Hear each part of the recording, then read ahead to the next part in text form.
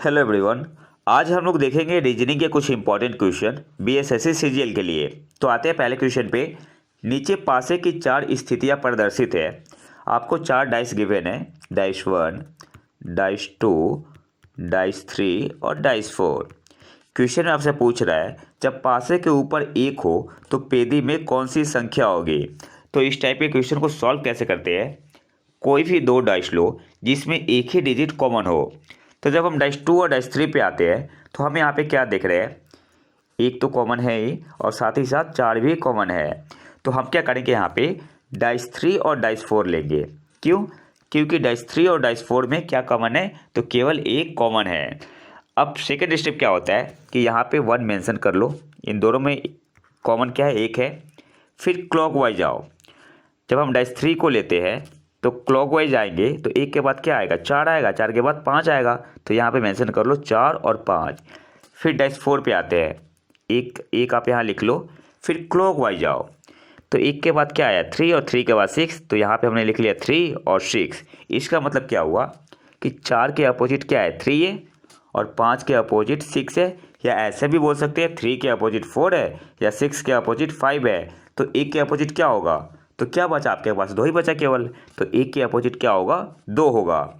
तो सही आंसर यहाँ पे क्या होगा, ऑप्शन सी आपका यहाँ पे सही आंसर हो जाएगा, दो। एक के अपोजिट क्या होगा, दो।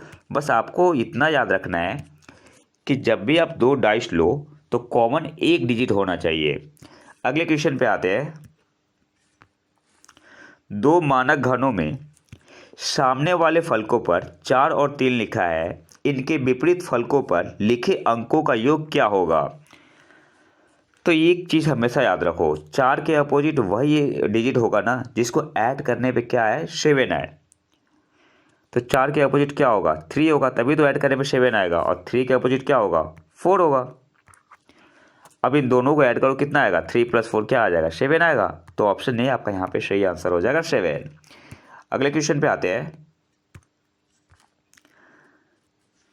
घन की 3 स्थितियां दी गई है, दिए गए शब्दों में से कौन सा शब्द सेल शब्द के विपरीत हो सकता है। तो सेम कॉन्सेप्ट यूज करना है जो मैंने बताया था। यहाँ पे क्यूब 1 है, क्यूब 2 है और क्यूब 3 है। तो कोई भी दो क्यूब लो जिसमें यहाँ पे तो डिजिट नहीं है, दो लेटर सेम हो, ठीक है। जो वर्ड हो, दो वर्ड क्या बोलते, एक ही वर्ड कॉमन हो। तो जब हम क्यूब 1 और क्यूब 2 को देखते हैं तो सेल कॉमन है दोनों में, बाकी कुछ भी कॉमन नहीं है, जेल भी नहीं है और मुंह भी नहीं है। तो सेम कॉन्सेप्ट यूज करो, सेल लिख लो, यहाँ पे सेल लिख लो। और क्यूब 1 पे आते हैं, मैंने क्या बताया था, क्लॉकवाइज चलना है। तो क्लॉकवाइज कैसे चलेंगे, सेल के बाद क्या आएगा, डॉल, और डॉल के बाद क्या आएगा, जेल। तो यहाँ पे मेंशन कर लो रोल, और रोल के बाद क्या आएगा, जेल। फिर क्यूब 2 पे आते हैं, सेल अब लिख लो, सेल। फिर क्या करना है, क्लॉकवाइज चलना है। तो क्या आएगा, चीन, चीन, और फिर चीन के बाद मूव। इसका मतलब क्या हुआ, इसका मतलब क्या हुआ कि रोल के अपोजिट क्या है, चीन है, जेल के अपोजिट क्या है, मूव है। तो सेल के अपोजिट क्या होगा, तो रोल के अपोजिट चीन, तो चीन के अपोजिट रोल, जेल के अपोजिट मूव, तो मूव के अपोजिट जेल। तो सेल के अपोजिट क्या होगा, तो क्या बचा, डल बचा, केवल डल ही बचा। तो ऑप्शन यहाँ पे कौन सा सही हो जाएगा, ऑप्शन डी आपका यहाँ पे सही आंसर हो जाएगा, डल। अगले क्वेश्चन पे आते हैं। निम्न में से किसे ठीक प्रकार से व्यवस्थित करने पर शब्द हंटर की वर्तनी बनेगी। इस क्वेश्चन को हम लोग ऑप्शन की मदद से सॉल्व करेंगे। तो पहले ऑप्शन पे आते हैं। तो देखो, पहले ऑप्शन में एस तो कहीं है ही नहीं, तो हंटर बनेगा कैसे, संडे, SUNMONTEUE फ्राइडे। तो कहीं पे एच नहीं है, तो पहला ऑप्शन तो हटा ही दो। ऑप्शन बी पे आते हैं, एच है, एच है यहाँ पे, यू है, हंटर के लिए यू भी चाहिए ना, तो यू भी है, एन है, एन भी है, टी है, आपका टी भी है, ई है, तो ई कहीं पे नहीं है। मंडे, MONTHUTHUFRISAT, ई कहीं पे है ही नहीं, तो 100 तो बनेगा नहीं। तो ऑप्शन बी भी आपका क्या हुआ, एलिमिनेट हो गया। ऑप्शन सी पे आते हैं, एच है, एच है, यू है, यू भी है, एन है, तो एन कहीं है ही नहीं, ऑप्शन सी में एन तो कहीं है ही नहीं, WED, THU, FRI, SAT, तो ऑप्शन सी भी आपका यहाँ पे नहीं होगा। ऑप्शन सी भी आपका यहाँ पे नहीं होगा, तो कौन सा ऑप्शन बचा? बस एक ही ऑप्शन बचा, ऑप्शन डी। तो ऑप्शन डी आपका यहाँ पे सही आंसर होगा। बात समझ में आ रही है? अब हंटर बनाओगे तो एच भी चाहिए ना, यू भी चाहिए, एन भी चाहिए, टी भी चाहिए, ई भी चाहिए और आर भी चाहिए, तभी तो हंटर बनेगा। तो ऑप्शन डी आपका यहाँ पे सही आंसर होगा। देखो ऑप्शन डी में यू भी है, एच भी है, एन भी है, टी भी है, ई भी है आपका और आर भी है। तो सही आंसर क्या हो जाएगा? ऑप्शन डी आपका यहाँ पे सही आंसर होगा। अगले क्वेश्चन पे आते हैं। 6 और 7 के बीच किस समय घड़ी की सुइयां एक साथ होगी?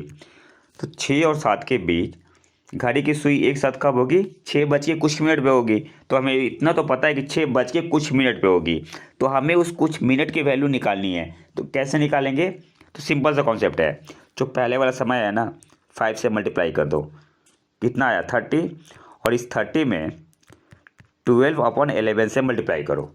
याद कर लो, पहले वाले समय को 5 से मल्टीप्लाई करो और फिर उसमें 12/11 से मल्टीप्लाई कर दो, कितना आया? 360/11 360/11 आया। इसको सॉल्व करने में कितना आएगा? 32.8/11, 32.8/11। तो हमारा आंसर क्या हो जाएगा? 6:32.8/11। ऑप्शन ए आपका यहाँ पे सही आंसर होगा। जब भी क्वेश्चन में पूछे ना कि घड़ी की सुइयां एक साथ कब होगी, तो क्या करना होता है कि पहले वाले समय से 5 से मल्टीप्लाई कर दो, कुछ भी हो।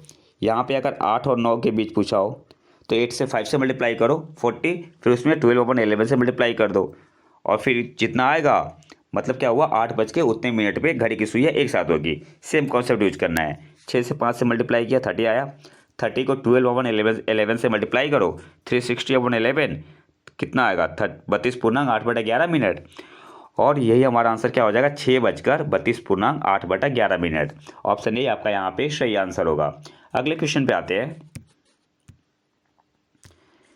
यदि घड़ी के दर्पण प्रतिबिंब में समय 11:40 दिखाई देता है तो घड़ी में वास्तविक समय क्या है?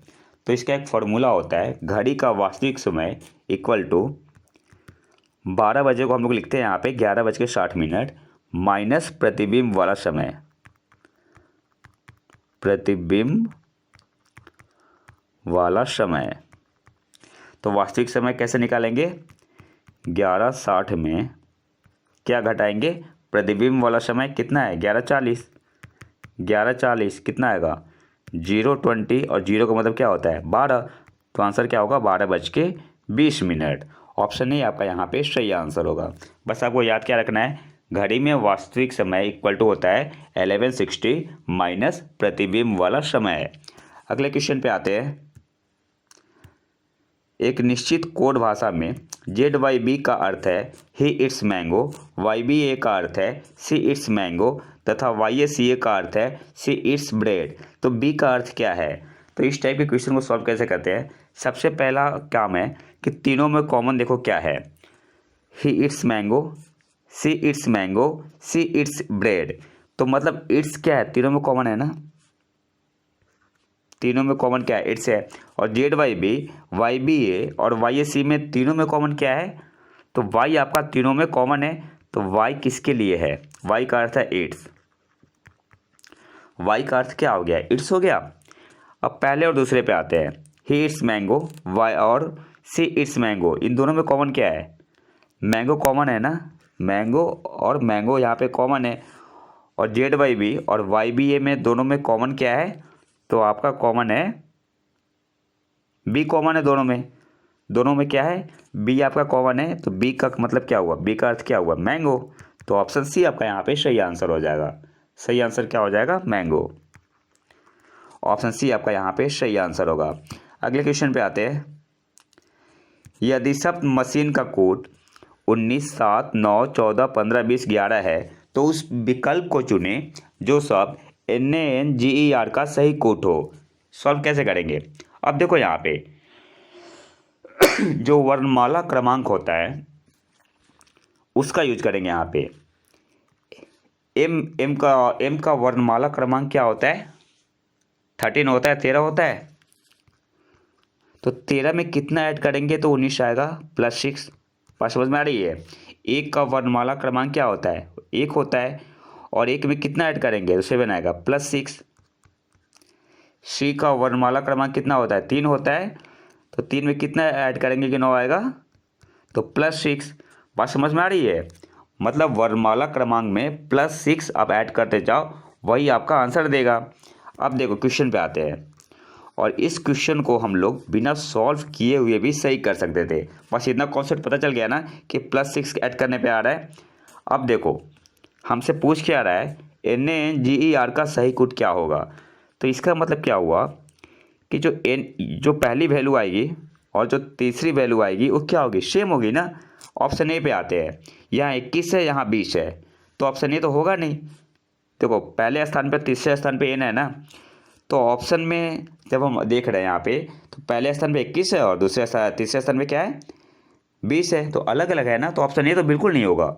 ऑप्शन की मदद से सॉल्व करेंगे। ऑप्शन सी पे आते हैं, यहाँ पे 13 है, यहाँ पे 20 है, तो ऑप्शन सी भी गलत हो गया। ऑप्शन डी पे आते हैं, यहाँ पे 13 है, यहाँ पे 20 है, ऑप्शन डी भी गलत हो गया। सही आंसर क्या होगा, ऑप्शन बी आपका यहाँ पे सही आंसर हो जाएगा। मतलब क्वेश्चन को सॉल्व करने की जरूरत भी नहीं थी, ऑप्शन की मदद से आप क्वेश्चन को सॉल्व कर सकते थे। और एग्जाम में जब रीजनिंग के क्वेश्चन आए ना, तो आप लोग कोशिश कीजिएगा कि ऑप्शन की मदद से सॉल्व करें। अब यहाँ पे दिमाग लगाने की ज़्यादा ज़रूरत थी ही नहीं, पहला स्थान दूसरा स्थान मतलब सेम ही आ रहा है ना, सेम होगा।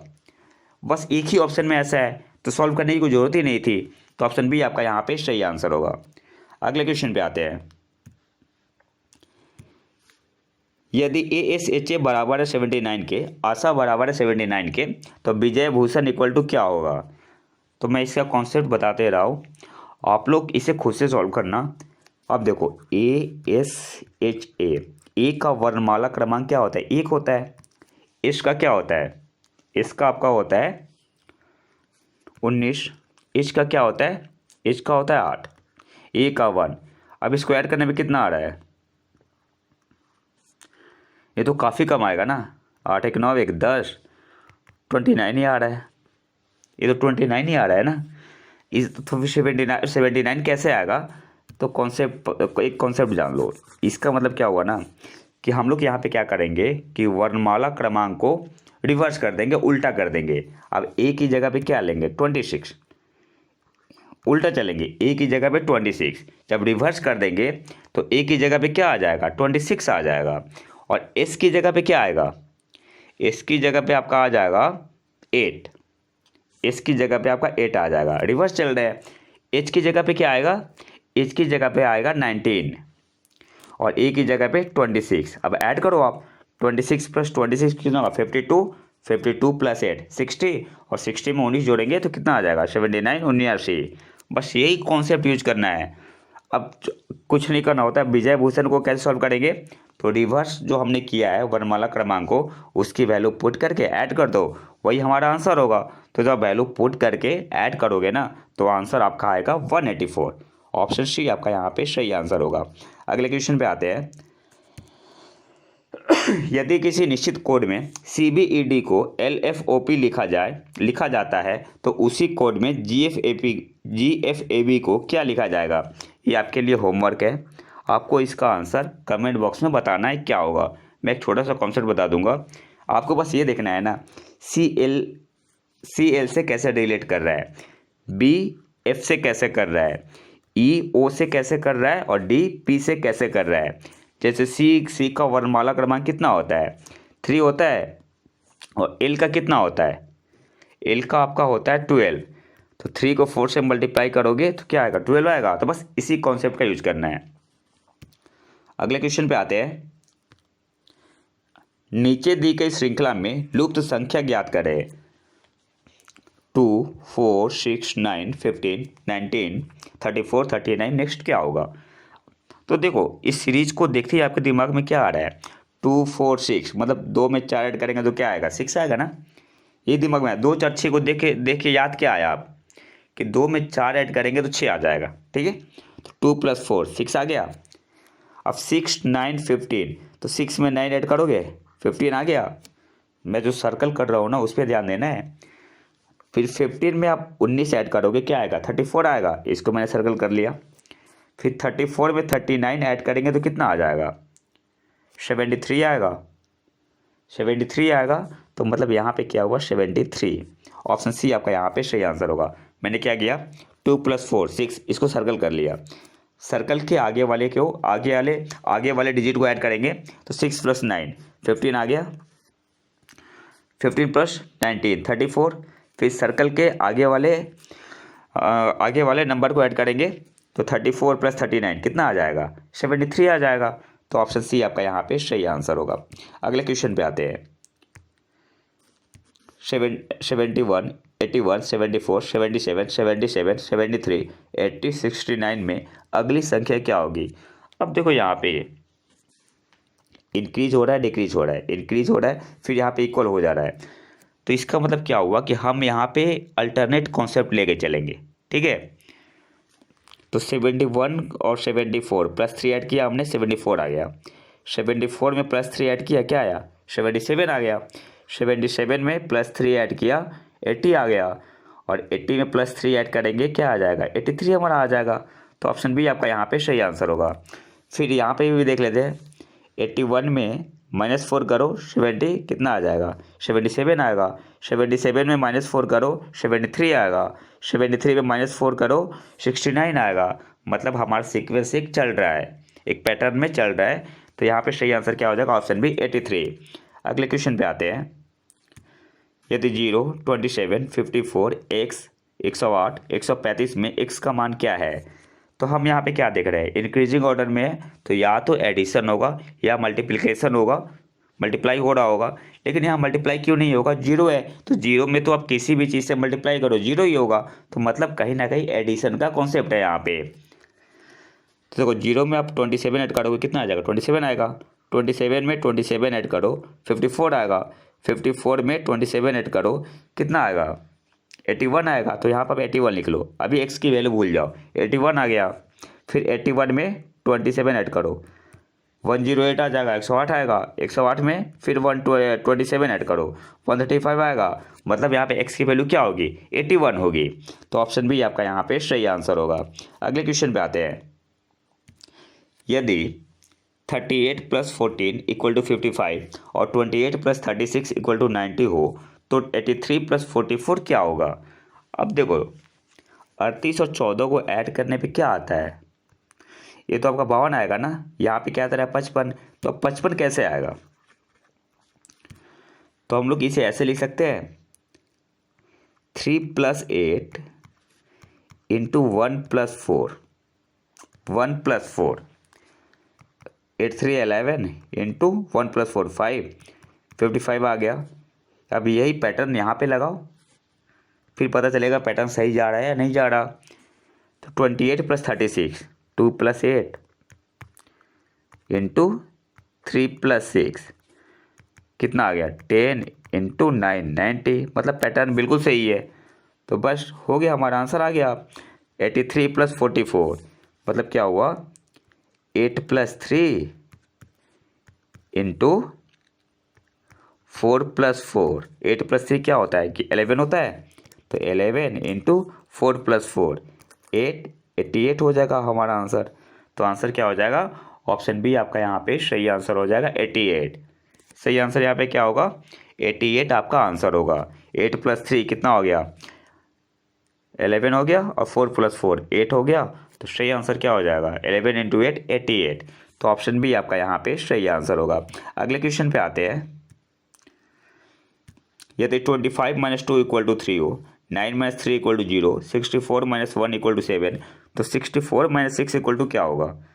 तो सिंपल सा क्वेश्चन है। अब देखो 25 - 2 = 3, तो यहाँ पे 5 होना चाहिए ना, फिर 5 - 2 = 3 आएगा ना। अब देखो 25 से 5 कैसे आएगा? तो इसका स्क्वायर रूट ले लो, इसका स्क्वायर रूट ले लो। 25 का स्क्वायर रूट क्या होता है? 5 होता है। तो 5 - 2 3 होगा। सेम पैटर्न 9 का स्क्वायर रूट ले लो, तो 3 - 3 0 होगा। अब सही जा रहा है पैटर्न। यहाँ पे 64 का स्क्वायर रूट लो, तो 8 - 1 7। वैसे ही 64 - 6 क्या होगा? इसका स्क्वायर रूट लो, तो 8 - 6 2 होगा। 64 का स्क्वायर रूट क्या होता है? 8 होता है ना। तो 8 - 6 2 होगा। तो कौन सा ऑप्शन सही हो जाएगा?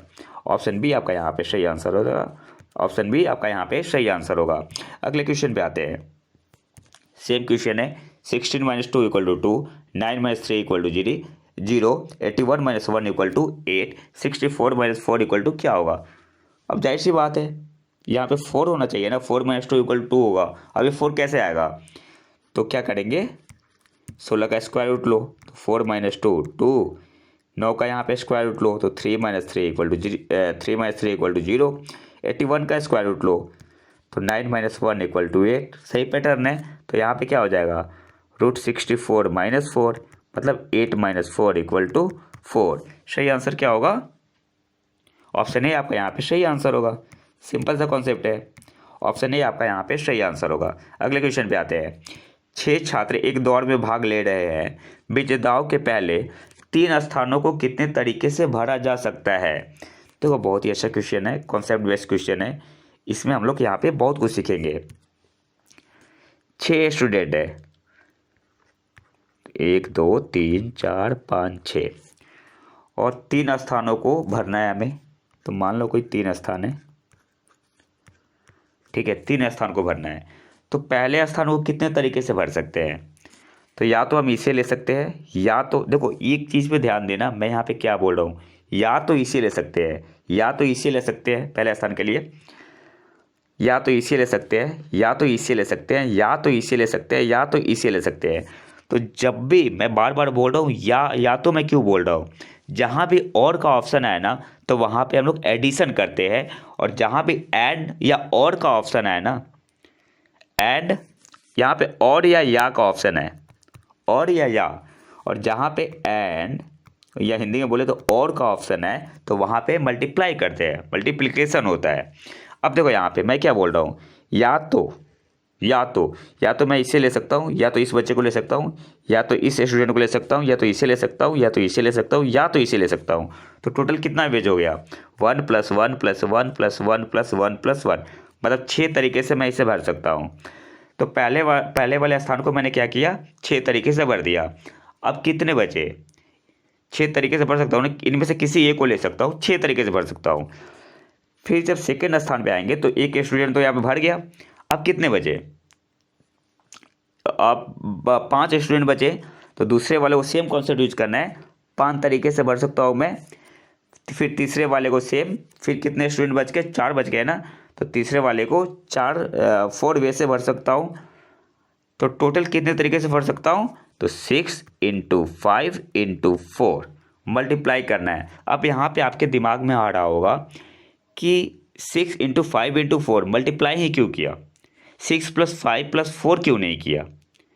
तो मैंने क्या बताया था, जहाँ पे और या का ऑप्शन हो तो वहाँ पे ऐड करते हैं, और जहाँ पे एंड का ऑप्शन हो या और का ऑप्शन हो तो वहाँ पे क्या करेंगे, मल्टीप्लाई करेंगे।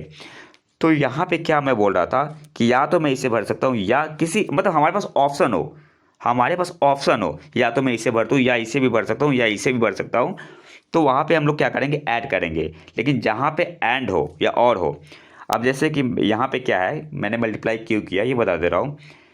इसको भरना है, और इसको भरना है, और इसको भरना है, तीनों स्थानों को भरना है ना। ऐसा तो थोड़ा ही है कि या तो पहले स्थान को भरो, या दूसरे स्थान को भरो, या तो तीसरे स्थान को भरो। ऐसा तो है नहीं, पहले को भरना है, और दूसरे को भरना है, और तीसरे स्थान को भरना है।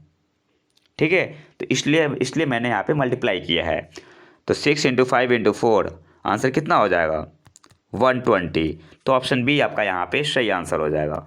ऑप्शन बी आपका यहाँ पे सही आंसर होगा। अगले क्वेश्चन पे आते हैं। एक शतरंज टूर्नामेंट में 8 खिलाड़ियों में से प्रत्येक खिलाड़ी के साथ केवल एक बार खेलेगा। टूर्नामेंट के दौरान कितने मैच खेले जाएंगे? तो एक सिंपल सा एक फार्मूला होता है, n(n-1/2). ठीक है, मैं ज़्यादा डिटेल में नहीं जाऊँगा। एन की जगह पे क्या पुट करेंगे, नंबर ऑफ प्लेयर्स को, कितना है, 8 खिलाड़ी है ना, तो 8 × 8 - 1/2, 8 × 7/2, 2 4 जाए 28 आपका आंसर हो जाएगा। ऑप्शन डी आपका यहाँ पे सही आंसर हो जाएगा, 28। अगले क्वेश्चन पे आते हैं। लुप्त संख्या ज्ञात करना है। 8, 64, 216। आगे नेक्स्ट वाले पे क्या होगा, तो देखो सिंपल सा फंडा है, 2Q 4Q 6Q, तो अगला कौन सा होगा, 8Q होगा। 2 का मल्टीपल जा रहा है ना, 2 का मल्टीपल जा रहा है, तो अगला कौन सा होगा, 8Q होगा। और 8Q किसके बराबर होता है, 512 के बराबर होता है। ठीक है, तो ऑप्शन बी आपका यहाँ पे सही आंसर हो जाएगा, 512। 64 में 8 से मल्टीप्लाई करोगे 512, ऑप्शन बी आपका यहाँ पे सही आंसर होगा। आखिरी क्वेश्चन पे आते हैं, निम्नलिखित में लुप्त संख्या ज्ञात करें। देखो इस टाइप के क्वेश्चन को सॉल्व करने का तरीका जान लो। सबसे पहले हमें फोकस करना होता है सबसे बड़े नंबर पे। ठीक है, तो यहाँ पे 27 38 पे फोकस करेंगे, कैसे आया। तो 27 पे पहले आते हैं, 27 कैसे आया, तो 7 × 4 28 -1 27 होगा। 8 × 5 40 40 -2 38 होगा, मतलब पैटर्न सही जा रहा है। 9 × 6 कितना हो जाएगा, 54, और 54 में से क्या घटाएंगे, 3 घटाएंगे, 51 होगा। तो सही आंसर यहाँ पे क्या होगा, ऑप्शन सी आपका यहाँ पे सही आंसर होगा 51। आंसर यहाँ पे क्या हो जाएगा, 51। तो ये तो था हमारा आज का लेक्चर। कल मैं शाम तक एक वीडियो लाऊंगा जिसमें फिजिक्स के कुछ इंपॉर्टेंट कॉन्सेप्ट लाऊंगा मैं, जैसे लाइट के कुछ इंपॉर्टेंट कॉन्सेप्ट, फिर करंट डिवीजन से कुछ जो क्वेश्चन आते हैं पैरेलल में, सीरीज में, तो जितने भी इंपॉर्टेंट क्वेश्चन होंगे जो एग्जाम में काम आएंगे उन सारे कॉन्सेप्ट को मैं लाऊंगा। आधे घंटे का क्लास होगा मैक्सिमम। और इसके अलावा एक अलग वीडियो में मैथ्स के कुछ इंपॉर्टेंट फार्मूला लाऊंगा, जैसे परम्यूटेशन एंड कॉम्बिनेशन का और कोऑर्डिनेट से, फिर आपका हो गया APGP से। तो केवल फार्मूला और फार्मूला बेस्ड कुछ क्वेश्चन आएंगे, हो सकता है वही क्वेश्चन आ जाए। तो अगर वीडियो पसंद आए तो लाइक करें और चैनल को सब्सक्राइब जरूर कर ले। मिलते हैं नए वीडियो में नए टॉपिक के साथ, तब तक के लिए नमस्कार, जय हिंद।